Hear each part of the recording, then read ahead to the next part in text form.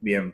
Eh, lo que vos me preguntaste, si podemos utilizar una placa para cada paciente o hace falta que... No, lo que puedes hacer en primera instancia, si tenés muchas muestras, no sé, 7, 8 muestras, por supuesto no vamos a tener tantas placas. Lo que puedes hacer es las pruebas directas para todos, para saber quién es positivo, quién es negativo y después descartar y después sí haces la titulación. Y la titulación, por supuesto, vas a hacer una placa para cada uno.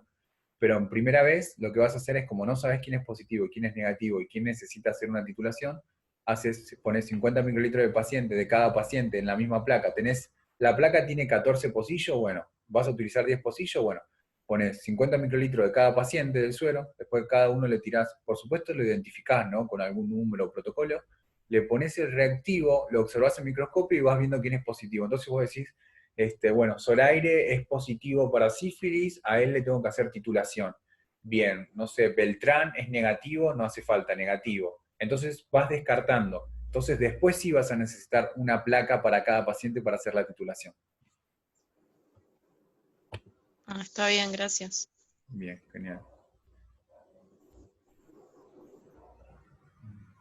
Vamos a esperar y terminamos. Igual no queda mucho porque es BDRL, nos quedaría PCR, pero PCR es menos complejo y el mecanismo y el método es lo mismo, nada más que en vez de hablar de un método de floculación hablamos de aglutinación. Bien, vamos a seguir con esto. Bien, avísenme si ven en pantalla la presentación. Sí, se ve. Sí, se ve. Perfecto. Bien, entonces hablamos de que cuando comenzamos a hacer la titulación, que vamos por factor 2 en fracción, que es el doble de cada una, el doble de cada una, podemos ir enumerando el pocillo. Entonces, decimos el cuarto pocillo, después de la prueba directa que le hicimos al paciente, que empezamos con la dilución, vamos a ponerle un medio y así a todos los pocillos. ¿Qué cantidad hace falta? Y yo les diría que como base hagan que lleguen a factor de dilución 1,32 avos, ¿sí? Que serían 1, 2, 3, 4, serían 5 pocillos más, diluirlos 5 veces, ¿sí? Es como base. Ahora, si ustedes ven que en el último pocillo siguió todavía floculando, bueno, van a tener que seguir diluyendo más y decir, bueno, si siguió floculando hasta 1,32, hago 1,64 avos más, y pongo así. ¿Cómo realizamos la dilución? Que era lo que nos faltaba. Vamos a colocar en cada pocillo de estos que vamos a utilizar para diluir 50 microlitros de solución fisiológica. La solución fisiológica es lo que nos va a permitir diluir la muestra del suero del paciente. Entonces, vamos a agarrar, colocar 50 microlitros en todos estos pocillos que tienen las fracciones que nosotros colocamos, 50 microlitros en todos y listo. Luego de eso, ¿qué hacemos? Vamos a diluir la muestra. ¿Cómo lo diluimos? Realizamos una dilución por transferencia, algo que vimos anteriormente. ¿Cómo hacemos esto? De la siguiente manera. Bien, acá lo van a encontrar, también bien explicado cómo es lo que hacemos, pero está bueno que ustedes lo entiendan bien. Por ejemplo, en el primer pocillo que hicimos a un medio, bueno, acá tiene una representación gráfica, que tiene 50 microlitros de suero de solución fisiológica, vamos a echar también, en la única vez que vamos a echar el suero del paciente acá, 50 microlitros del suero del paciente. No es que hace falta echar 50 microlitros en cada uno, no, porque estamos buscando diluir, no que todos tengan la misma cantidad de suero. Entonces, ¿qué hacemos? En este pocillo, donde está la fracción de un medio, colocamos 50 microlitros de solución fisiológica, que todos tienen solución fisiológica, y echamos 50 microlitros del suero del paciente. Una vez que echamos y con la misma micropipeta homogenizamos un poco, ¿no? Agarramos 50 y 50, ¿cuántos son? 100 microlitros. Y a mí me tiene que quedar en claro que solamente puede haber 50 microlitros más los 50 del reactivo después va a ser 100. Así que acá tengo muestras de más, tengo que sacar 50 microlitros. Entonces, saco 50 microlitros después de que homogenicé y paso al siguiente pocillo que ya también tiene 50 microlitros de solución fisiológica y lo voy a mezclar con esta solución que yo vengo previa, que ya mezclé. Entonces, al suero lo voy diluyendo, vuelvo a mezclar en este pocillo que estoy a un cuarto avo, que acá ven, un cuarto avo, pasé a un cuarto avo, mezclo, ahí estoy diluyendo ya la muestra. Saco 50 microlitros y vuelvo a pasar al siguiente pocillo que es 1/8, y así hago sucesivamente. Vuelvo a meter el suero ahí dentro, que ya está diluido previamente por otros pocillos, y así hasta llegar al último que yo quise hacer. Entonces, ahí ya tenemos nuestra muestra del paciente diluida y solamente dejamos 50 microlitros. Y los últimos 50 microlitros que sacamos del último pocillo los descartamos. Porque solamente tiene que haber muestra diluida del paciente en 50 microlitros en total, no 100. ¿Sí? Después que hacemos esto, ¿qué vamos a hacer? A colocar el reactivo, 50 microlitros del reactivo, como acá bien lo dice. Colocamos por el gotero o con el gotero 50 microlitros, hacemos el mismo procedimiento, llevamos a la placa, homogenizamos, que se homogenice en la placa rotativa, y vamos y observamos al microscopio. ¿Sí? Acá le dice rotar la lámina durante 4 minutos en agitador, vamos a ponerle de 3 a 5 o de 5 a 8 minutos. Vamos a poner de 3 a 5 minutos, poner la placa en el agitador. Vamos a dejar como esos valores mayormente, ¿sí? Acá dice que va 180 revoluciones por minuto, ¿sí? Y después llevamos al microscopio y observamos objetivo 10 por. Entonces, nosotros ya sabemos que el paciente es positivo y vamos a realizar diluciones.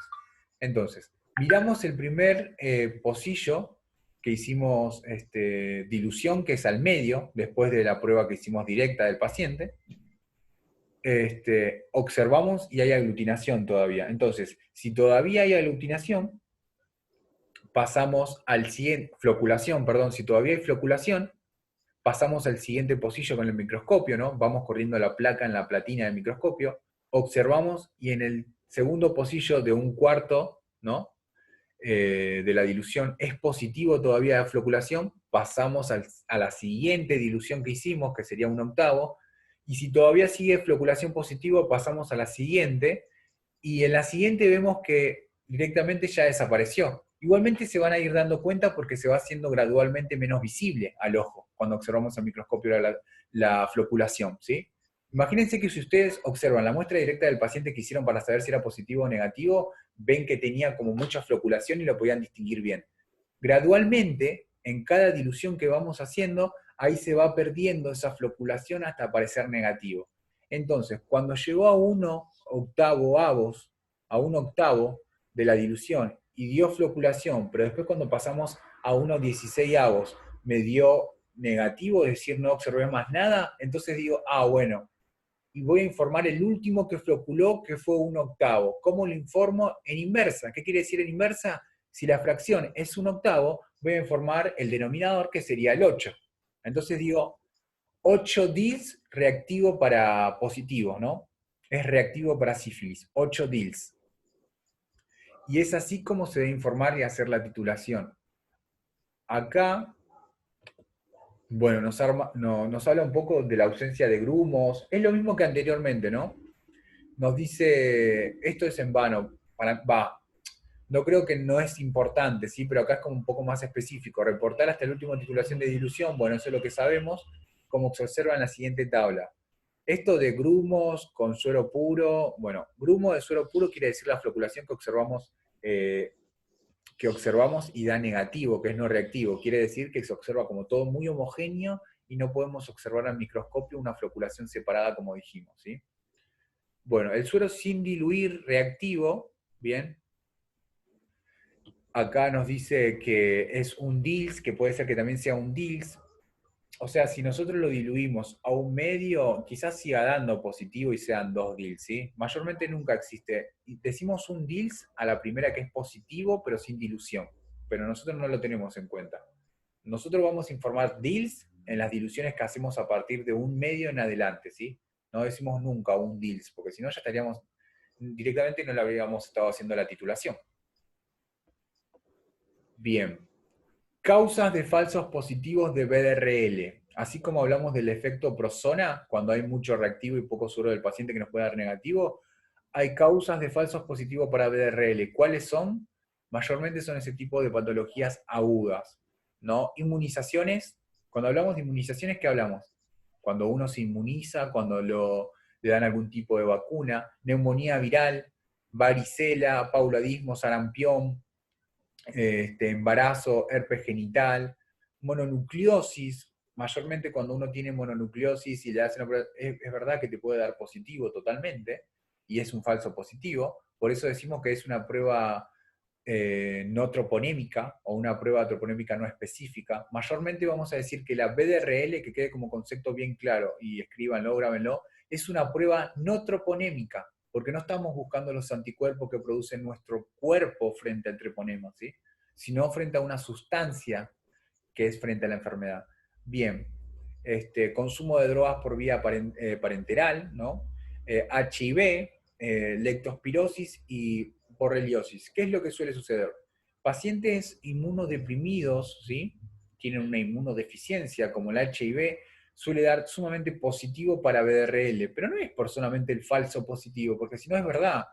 Por ejemplo, hay gente que tiene sífilis y ¿qué hace el médico cuando dice tiene sífilis, una enfermedad de transmisión sexual? Entonces lo asocia a que también posiblemente también tenga HIV, porque mayormente suele darse dos enfermedades juntas, mayormente, pero nada, es como una en 100 o una en 1000, ¿sí? Pasa que es una enfermedad de transmisión sexual y se la asocia a otra enfermedad de transmisión sexual que es como el HIV. Bien, eso es falso positivo. Acá hablamos un poco de BDRL en el LSR, es lo mismo. ¿Vieron que dice que es para detectar la neurosífilis? Claro, la neurosífilis es una enfermedad que se da casi siempre en la tercera etapa, chicos, en la tercera etapa de la enfermedad de la sífilis. Bien, es el mismo procedimiento, ¿sí? El mismo. En vez de que nos remitan suero para realizar, que centrifugamos la muestra, nos remiten el líquido de punción del LSR, o sea, le hacen una punción lumbar al paciente, sacan el líquido LSR y nos la remiten, o sea, la punción lumbar se hace entre la cuarta y quinta vértebra en un adulto, o entre la segunda y la tercera en un neonato, en un nene pediátrico, nos remiten la muestra y le realizamos nosotros la prueba de la BDRL. Es lo mismo. Bueno, aumenta 4 veces, habla de deals, informamos de la misma, acá dice una disminución de 4 veces al título, bueno, ¿qué es lo bueno de esto? Que también la BDRL se utiliza, como una pregunta que me hizo una compañera en el grupo de WhatsApp, se utiliza como tratamiento y como diagnóstico, ¿sí? O sea que también acá nos dice un poco en qué estadio si bajó la carga cuando le dieron penicilina, porque penicilina se da de 2 millones a 4, de 2 millones o 3 o 10 millones de tanta cantidad de penicilina y desaparece a las 2 o 3 semanas, pero siempre te queda latente algo, por eso a veces te puede quedar latente 2 DILs, ¿sí? Aún así ya estando curado, a veces queda como en presencia o latencia de eso. Bien. Y hablamos serología e interpretación. Bien, pruebas confirmatorias. FETEAPS es una prueba confirmatoria para la más conocida, para la enfermedad de la sífilis. Esto es microhemoaglutinación para treponema pallidum, MHA, estas son las siglas, o TP, treponema específico para anticuerpos. Estas son pruebas confirmatorias, son las siglas MHA-TP, prueba confirmatoria, TP-PA es otra, son siglas de otra prueba confirmatoria, y la más conocida es FETEAPS, que es por una fluorescencia de treponema de absorbancia para la prueba específica confirmatoria para la sífilis. Entonces, estas tres son pruebas confirmatorias para la sífilis. La más conocida, FETEAPS. Acá lo bueno que tiene esto es que, por ejemplo, una BDRL reactiva, ¿no? Este cuadro que está bueno. Una BDRL reactiva con una prueba confirmatoria reactiva, diagnóstico sífilis actual o pasada. Claro, tal cual. Puede ser que te dé la prueba confirmatoria todavía positiva porque haya latencia en nuestro organismo, es verdad. BRL reactiva con prueba confirmatoria no reactiva, es decir, la sífilis nos da a nosotros positiva para la técnica no específica, pero para la prueba confirmatoria nos da negativa, puede ser inespecífico, falso positivo para otras patologías, ¿sí? O otras patologías. Bien. Ahora, si la BDRL nos da no reactiva, pero nos da la prueba confirmatoria reactiva, quiere decir que la sífilis está tratada, ¿sí? O sea que nos dio una carga de sífilis muy baja en cuanto a DILS. Sífilis primaria, que es muy reciente, por eso puede ser también que no, como esta es más específica la prueba confirmatoria, puede ser que la prueba no confirmatoria, como es la no específica, que es la DRL, nos dé no reactiva, pero la otra nos dé reactiva. Por eso puede ser que estemos en una etapa temprana o tardía, dice acá.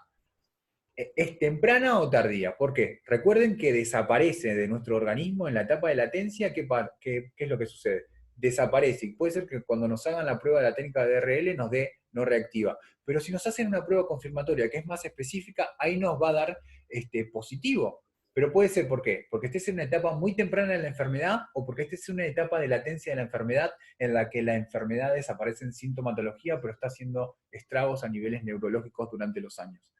Sífilis tardía o reacción de proxona en sífilis secundaria. Y esta última es menos probable debido a que estamos haciendo una prueba confirmatoria. Bien, y por último el cuadro dice PDRL no reactiva y bueno, y prueba confirmatoria no reactiva es ausencia de infección o periodo de incubación de la sífilis. Es decir que todavía ni siquiera desarrolló ni las reaginas, nada por el estilo, ¿sí? Que fue en un primer contacto. Así que creo que básicamente terminamos. Bueno, acá conclusiones. Bueno, la BRL, no, estos son conceptos que estuvimos hablando, no mide el anticuerpo específico frente al treponema pallidum, su positividad no asegura enfermedad sifilítica, las ventajas, fundamental para monitorear, o sea, como tratamiento, a ver si funcionó la penicilina. Solo la prueba BRL está validada para la detección de anticuerpos no troponémicos en el SR y en consecuencia es el único útil para el diagnóstico de neurosífilis, junto a una treponémica en suero, tal cual, así es particularmente. Bien, en cuanto a técnicas de BDRL, ¿les quedó algo muy en particular? ¿Pudieron entender todo lo que estuvimos hablando hasta ahora o tienen dudas?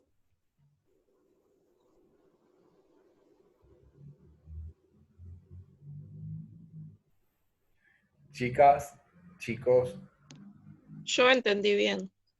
Bien, profe. bien, perfecto. Bueno, la clase la estamos grabando, eso es lo bueno. Nos quedaría, bueno, queda hablarles de la PCR. PCR, que es proteína C reactiva, con una de las preguntas que les puse en el foro. Esto es para hacer un poco de hincapié, porque la técnica es lo más importante para ustedes, la titulación. En PCR también se hace una titulación, ¿sí? Y el resultado final se multiplica por 6. La actividad que les dejé para realizar tiene que ver con que me detallen y me describan toda la técnica. Ahora particularmente, cómo les describí la técnica BDRL es la fundamental y es exacta y perfectamente como es y debe ser. La de la PCR es básicamente lo mismo. Si da positivo, tenemos control negativo, positivo, y también tenemos el suelo del paciente y realizamos diluciones para hacer la titulación. Y el resultado final, ¿cómo es? Es la inversa de la fracción multiplicado por 6. Simplemente lo mismo. Y que no hablamos de floculación, sino que hablamos de aglutinación. Y que no hablamos de una enfermedad específica como la sífilis, sino que en la proteína C reactiva hablamos acerca de una proteína de fase aguda, de infecciones aguda, que es inespecífica, que siempre se la suelen acompañar y pedir con otras determinaciones que también son de fase agudas, para determinar si el paciente está pasando por algo en ese preciso momento, ¿sí? Inflamación, infección, fiebre, ese tipo de cosas. Y mayormente se lo suelen pedir a veces a neonatos, y últimamente también se lo están pidiendo a pacientes de COVID. La PCR, no la reacción en cadena de polimerasa, sino la proteína C reactiva, esta proteína que produce el hígado, la están pidiendo también en pacientes para COVID como parte de serología, ¿sí? Junto con ferritina. ¿Por qué? Porque la PCR para pacientes positivos de COVID suele estar dando elevada, al igual que la ferritina. Entonces es como que es constante, ¿sí? Y nada, la PCR es lo mismo. Es una prueba, en este caso, la PCR sí es una prueba no específica, a diferencia de la técnica de BRL que se la puede acompañar con una confirmatoria para saber cuál es la enfermedad, eso está genial. La PCR no es así, es solamente para determinar algo o algo agudo que esté pasando el paciente, ¿sí? Y se realiza de la misma manera en cuanto a los procesos, ¿sí? Reactivo, control negativo, positivo, vuelvo a reiterarlo.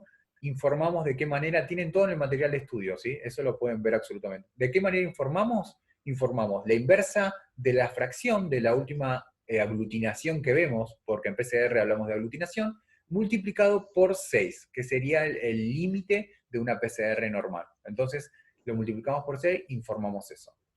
Bien, eso es para PCR, que es el siguiente, el tema que ya también vimos o lo dejamos visto, pero la actividad que les dejé para hacer, la última actividad que les dejé para hacer que van a ver, es una actividad en la que integramos las dos técnicas, y particularmente les pido que me desarrollen la técnica de PDRL y la técnica de PCR, ¿sí? Entonces vimos sífilis, técnica de PDRL, técnica de PCR, y es eso, desarrollar el paso a paso. ¿Qué muestras utilizo? ¿En qué muestras se pueden realizar? ¿Cuál es el significado clínico de esto o la utilidad clínica de estas técnicas? ¿Sí? Y cómo se va realizando, cómo se pueden dar falsos positivos o falsos negativos, por qué no, qué es lo que se ve alterado, cómo observamos al microscopio, cómo es todo el proceso. Eso es lo importante. Bien, y saber diferenciar ambas dos de la técnica de PCR como de BRL. Bien, son técnicas serológicas en las que hablamos de uniones, ¿sí? Hablamos complejo antígeno-anticuerpo, sí, puede ser. Recuerden que en la prueba de DRL, que es una prueba no troponémica, hablamos de unión antígeno-anticuerpo, pero porque hablamos de que el reactivo es un antígeno que se va a unir a algo, ¿sí? En eso particularmente. Y en la PCR lo mismo, buscamos la unión de dos cosas para que se forme la aglutinación, ¿sí? Y lo vamos a observar macroscópicamente, son datos a saber. Bien, el siguiente tema, que creo que es el anteúltimo tema antes del parcial, que es urocultivo y antibiograma. Antibiograma es donde yo más me enfoco porque mi rubro particularmente es bacteriología, porque es lo que más me gusta o lo que más estoy estudiando. Entonces, hacer un ATB ahí podemos hacer mucho hincapié. En cuanto a urocultivo, saber qué es lo que buscamos hacer es cultivar la orina para descartar que infecciones del tracto urinario, por supuesto. Esa es la definición, lo van a buscar en urocultivo. ¿Qué es importante para nosotros saber? Es las indicaciones que les damos al paciente. Indicaciones que le damos al paciente para tomar la muestra de urocultivo, que también está en el material de estudio, es algo que ustedes también vieron y es sumamente importante. Si les digo, para realizar un urocultivo, ¿se necesita muestra de orina de 24 horas? No. ¿Se necesita muestra de orina de 12 horas? No. ¿Tiene que ser la primera orina de la mañana o tiene que ser el chorro medio? ¿Se entiende? ¿Tiene que ser en frasco estéril o puede ser un frasco limpio y seco? Entonces, ese tipo de cosas son aclaraciones que ustedes creo que las saben, o igualmente las vamos a recalcar, porque les voy a dar actividad para hacer que me desarrollen el paso a paso.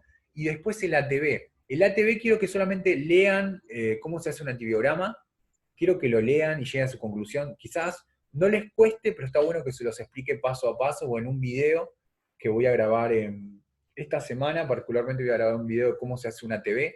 Tengo placas, o vamos a simular que es un Müller-Hilton, que es para hacer el antibiograma, en cómo sembramos y cómo colocamos los discos, ¿sí? O qué es lo que se debe observar después, cómo leer el halo, ¿sí? El diámetro, cómo es sensible, resistente o no resistente. Entonces, eso es lo importante que nos vamos a enfocar. Y con esos temas, antibiograma, después de antibiograma, tendríamos un tema más que ingresaría para el parcial y ya estamos todos completos con técnicas de laboratorio.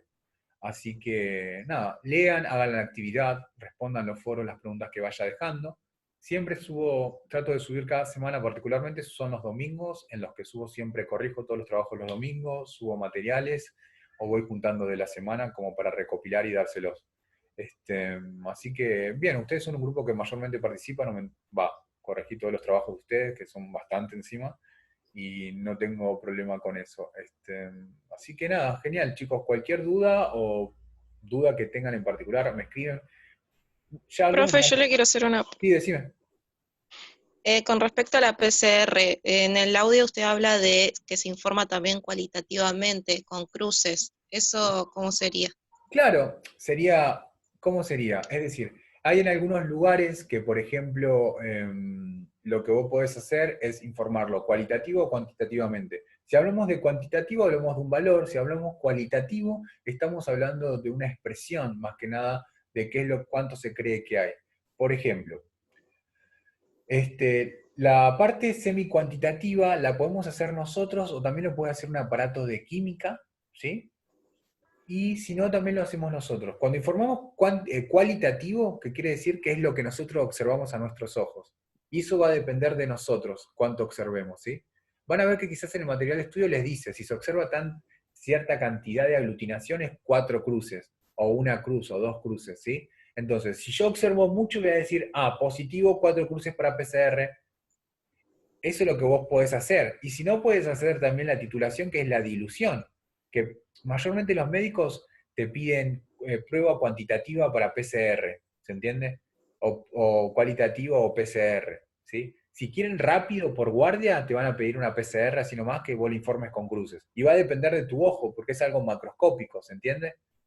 Así que en eso no hay problema, puedes informarlo de dos maneras. ¿Es obligatorio? Depende del laboratorio y también depende de la urgencia. ¿Sí? Ah, bueno, gracias. No, de nada. Recuerden que si es cualitativo es una primera vez que observás y ya está. No hace falta que hagas diluciones para saber cuántas cruces crees que se lo considera. Porque si haces la dilución para saber cuántas cruces vos crees que es tanto importancia, y ya directamente haces la titulación. Así que es la prueba directa, suero reactivo, observás, a simple vista, ves que aglutinó muchísimo, bueno, 4 cruces. Eso sería la prueba cualitativa. Ahora, si necesitas hacer la prueba semi-cuantitativa con diluciones, ahí es otro trabajo. Pero también quiero que sepan que se puede realizar de manera manual y automatizada. De manera automatizada lo informamos con un valor numérico, de manera manual se puede informar de las dos maneras, con cruces, que es cualitativo, o con un valor numérico, que es semi-cuantitativo. Bien, eso es por un lado. En cuanto a los trabajos, vayan realizando todas las actividades. Urocultivo y antibiograma es el último tema que cargué, ¿no? Estúdienlo, les voy a hacer un par de preguntas de ATB y urocultivo, respóndanlo. ¿Tienen dudas? Cuando hacen el trabajo, muchos de ustedes me han escrito, profe, pero al final no pude, no sé cómo es este proceso, ¿entendés? O no sé qué pasa acá, o si se debe hacer eso. Está bueno que eso me escriban porque quieren decir que ustedes tienen la duda, ¿sí? Y no me copiaron tal cual está, o no me buscaron información, sino que les quedó algo y pudieron decirlo resolví. Necesitan la base, que es la que yo les tengo que dar acerca de cómo realmente se hace, y después, a partir de eso, sumarle. En cuanto a TV, les voy a dejar un audio también grabado bastante largo, lamentablemente, para describirle cómo es el paso del ATB y en qué se siembra y cómo se lee cada halo y antibiótico. No sé, tiene una infección del tracto urinario, qué antibiótico utilizamos en paciente ambulatorio, internado, pediátrico, si es por vía intravenosa o no es vía intravenosa, o si es vía oral. Mayormente utilizamos para ITU, una infección del tracto urinario, ciprofloxacina, que todo lo conocemos. Bueno, entonces esas generalidades está buena saber. Es más corto. Todo lo que yo les doy adicionales son cosas que yo sé que es para que ustedes sepan, pero no es algo que vaya a preguntarle acerca de antibióticos, ¿sí? Porque no es un curso de bacteriología. Es más que nada cómo se realiza un antibiograma, los procesos, más que nada. Pero está bueno sumarle cosas como para que arraiguen bien y no queden cosas en el aire. Así que, bueno, eso es en cuanto a técnicas de laboratorio. Microbiología ya hablamos un poco, así que igual después vamos a hacer más hincapié en eso. Así que cualquier cosa, chicos, me consultan, me escriben, algunos me escriben por WhatsApp. Está bien, está mal. Si es sumamente urgente y ven que yo no respondo en el campus rápido, porque a veces no respondo en el campus rápido porque estoy trabajando todo el tiempo, todos los días, y llego tarde a casa y me tomo un tiempo para revisar las preguntas en el campus y los respondo, o quizás ya le busco la solución y me faltó corregir este trabajo, se las corregí, intento buscar eso así. Pero leo las preguntas del campus también, ¿sí? A veces con un par de días de diferencia, pero lo hago. Y si no, en el WhatsApp, no me arroben, o no, la otra vez me pegaron, chicos. O sea, no hacía falta si lo hacía en horario laboral, pero me pegaron fotos hasta las 12 de la noche de la actividad que era para hacer de ese juego didáctico. Quiero que sepas que después de eso, nada, me cagaron a pedo, gracias, se lo agradezco, pero bueno, ya está. Quizás fue mala interpretación mía de que me lo pongan en el WhatsApp y lo hicieron fuera de horario laboral. Pero bueno, eso es por un lado. Después, nada, seguimos bien así con este mismo hilo, sin perder primer parcial, ya tenemos fecha, no la recuerdo bien, se las voy a decir después. Y nada, ustedes ya me tuvieron el cuatrimestre pasado, hacemos lo mismo, metodología multiple choice, con que participen y estén presentes es genial, a la hora de los trabajos o preguntas por el campo, porque después a la hora del parcial, ahora totalmente va a influir la participación de cada uno de ustedes. Algunos ya los tengo, ya la mayoría los conozco por el cuatrimestre pasado, cómo es que entregan trabajos y cómo es su participación, ¿sí? Ya como que tengo presente eso. Así que espero haber grabado la clase si estoy grabando. Así que nada, chicos, espero que no le haya dudas, y si hay dudas, me las escriben y las sacamos. Así que los saco, o sea, no quiero molestarlos más, que ya son 2:30, así que nada, buena clase, chicos, espero que hayan entendido bastante y lo hayan aprovechado. Se los voy a subir al campus, las clases grabadas, estas 2 clases que tuvimos. Así que buen fin de semana, chicos. Chao, profe, buen fin de... Chao, gracias. Chao. Chicas.